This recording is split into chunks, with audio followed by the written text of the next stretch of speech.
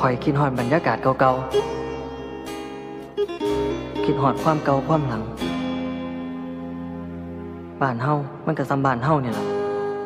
ฝันสูงหลายมันก็แทบสิเป็นไปบ่ได้เลยเป็นไทบ้านอยู่ง่ายกินง่ายบ่เดือดร้อนไผแบบนี้ล่ะ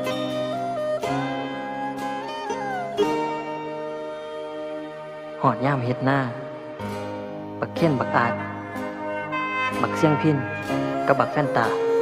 มันก็ซอยกันลงไห้ลงหน้าเฮ็ดหน้าซอยกันก็เพราะมีกันอยู่ซ้ำนี่ผู้บ่าวไทยบ้านอีหลีแต่ละคน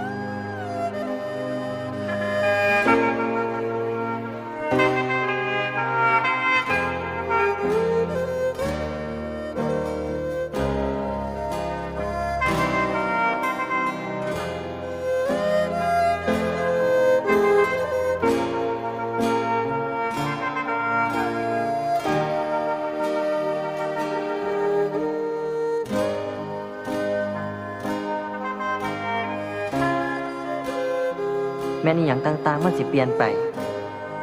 หรือว่าอีหยังมันสิเกิดขึ้นก็ตามข้อยเข้าใจเจ้าอยู่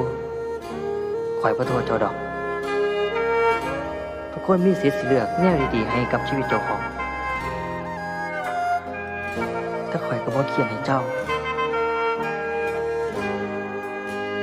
ข้อยยังฮักเจ้าคือเก่าบ้านเฮายังคอยถาพวกเจ้าอยู่เด้อ